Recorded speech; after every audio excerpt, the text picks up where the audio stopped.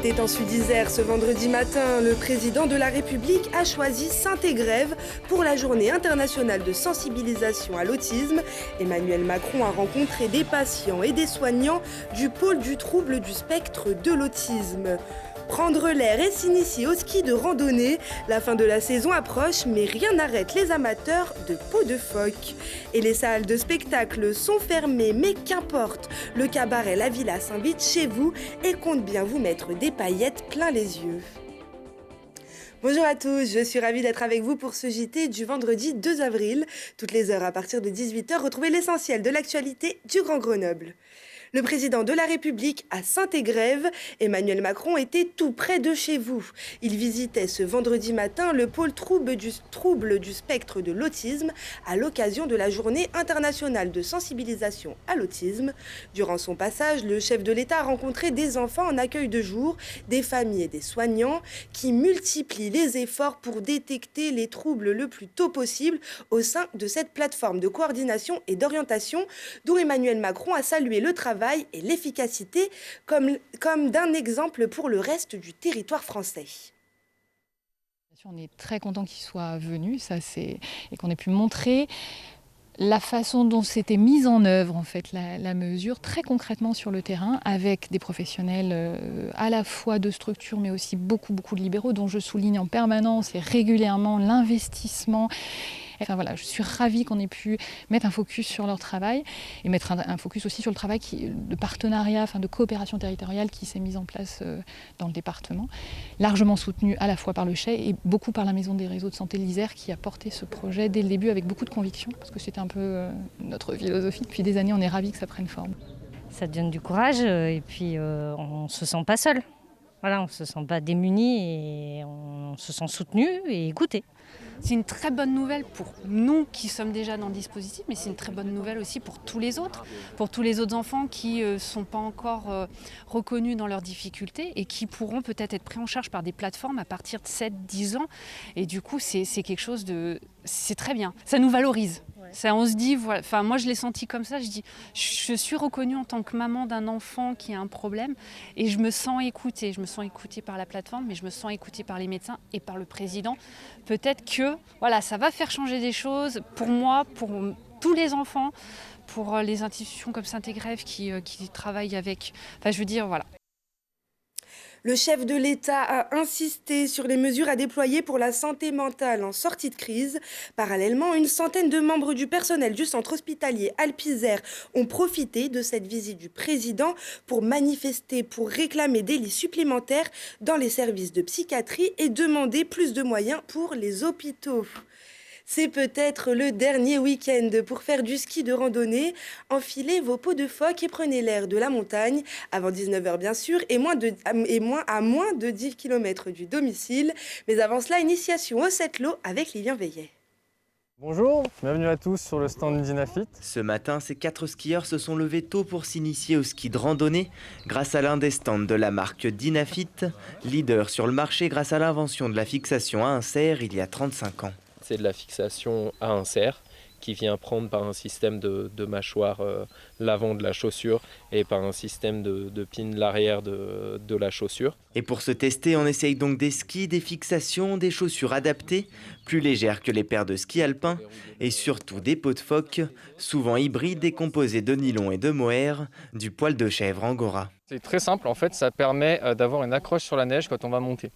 Vous avez un sens dans lequel la peau de phoque va pouvoir glisser et dans l'autre où elle va accrocher sur la neige. Et c'est ce qui permet en fait tout simplement la montée sur la neige sans glisser en arrière. Et oui, car en ski de randonnée, le but c'est d'abord de monter.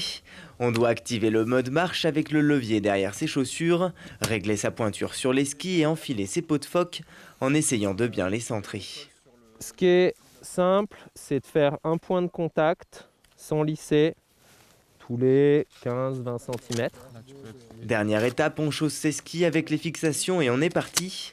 Au programme, un parcours balisé et sécurisé au Sept-Lô, avec de beaux paysages, des entraînements au virage technique, de la glisse en montée et surtout de belles descentes. Mais avant de dévaler les pistes, on doit d'abord enlever les pots et à nouveau régler ses skis. Retourner notre fixation pour mettre les 2 pins là vers l'avant. Et après toutes ces manipulations, c'est juste du plaisir.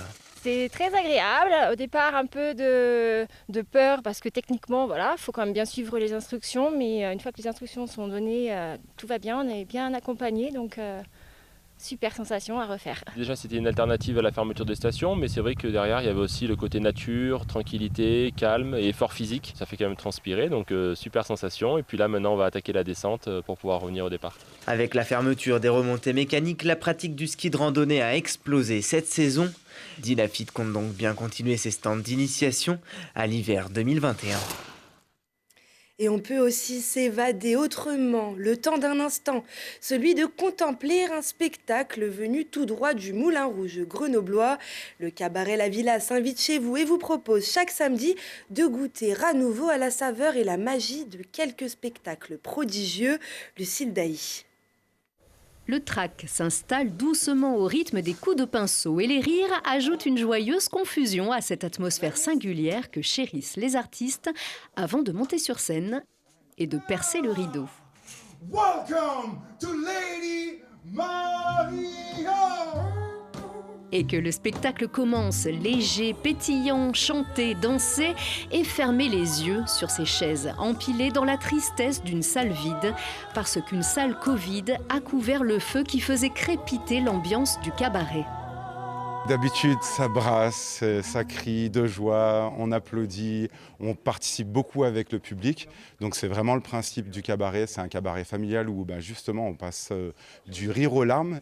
Les larmes ont coulé sur le rideau baissé, mais elles n'ont pas étanché la soif de création des artistes. Si vous ne venez pas à la Villa viendra à vous. La troupe déroule ses numéros, les petites caméras prennent la place du public, un tour de main maison pour le montage et le tour est joué sur Internet. Tous les samedis matins, un nouveau spectacle en ligne. Dans la tradition du cabaret, magie, mime, danse, chant, qui se modernise avec une pincée de hip-hop, de danse orientale, avec une drag queen, garder en vie le vivant en distanciel, ce n'est pas burlesque, mais pas si simple.